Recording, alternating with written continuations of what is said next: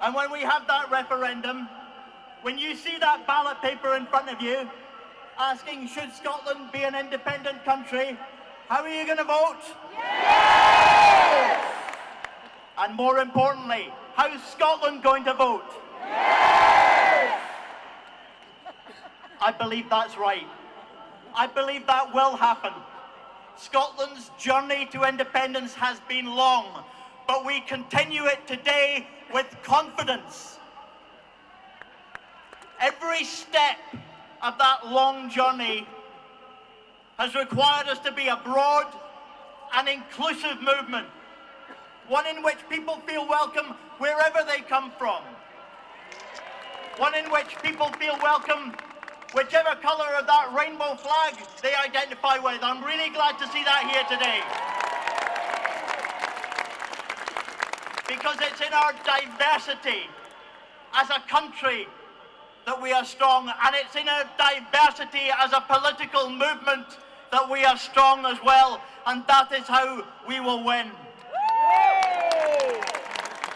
I was thinking back to that campaign 20-odd years ago to create a Scottish Parliament, and how people joined in that campaign together across political boundaries, across the whole of Scotland. They saw the need for a Scottish Parliament. They knew it had a purpose, that it was something Scotland needed. And why? Partly because it was a journey toward self-government, of course, but it was so much more than that. The brutal reality of Thatcherism that had been inflicted on this country left Scotland with a clear conviction that we needed a democracy, we needed political institutions that could protect us from that in the future. If it hadn't been for that savagery, if it hadn't been for that, there might have been some people who didn't feel the need for a Scottish Parliament. But they saw that need, and they came together and they achieved it. We still need a Parliament that is capable of protecting Scotland from the excesses of a government we didn't choose, not just in the past but in the future. And we need to ask ourselves now, is the Scottish Parliament that we have under devolution capable of that mission of protecting Scotland? Yes! Devolution has achieved a lot. More renewables, fairer tax rates, a ban on fracking you can actually believe in. Humane politics that contrast with the brutality of the Conservatives. But it wasn't enough. Devolution wasn't enough to protect us from austerity economics, from the assault on the welfare system, universal credit and the bedroom tax. Devolution wasn't enough to protect us from the obscenity of nuclear weapons on the Clyde, or from the racism of the hostile environment against immigrants. Devolution wasn't enough. Devolution wasn't enough to protect us from Brexit itself. If Remain majorities in every single part of Scotland weren't enough to prevent the UK from overruling us, then what would be? You know the answer to that question. The limitations of devolution are well known. Power devolved is power retained. And now, with the alleged principle that the UK will not legislate on devolved issues, that principle has been torn to pieces. We no longer even have the devolution settlement we thought we had 20 years ago as a result of the way this government has treated Scotland. And so many people who voted no in 2014 are already concluding that devolution is not enough and independence is the necessary, urgent next step.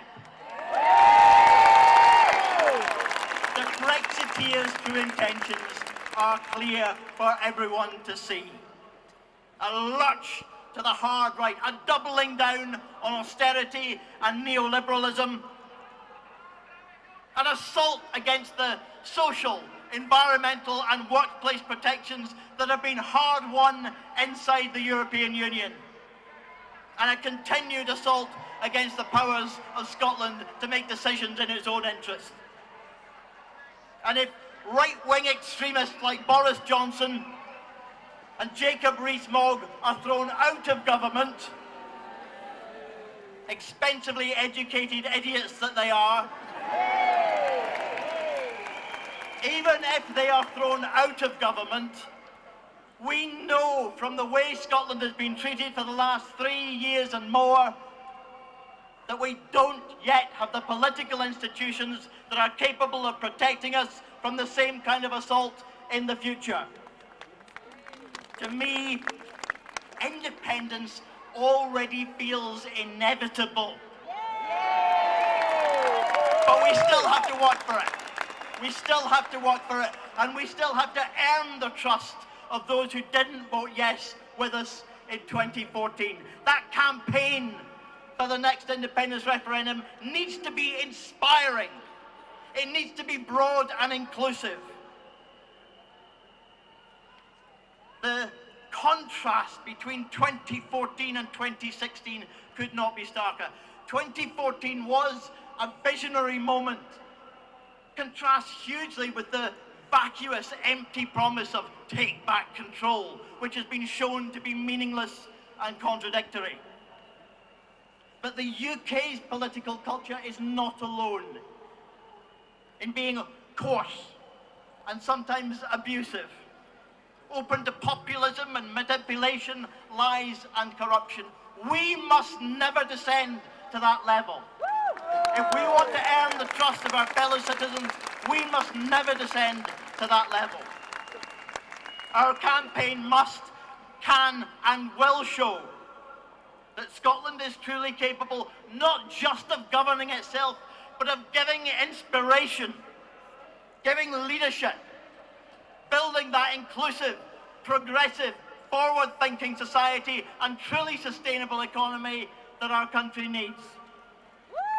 Hope in these difficult days, hope can be hard work, but it is only with hope, rekindled and shared with our fellow citizens, that we can win independence, and I believe we will.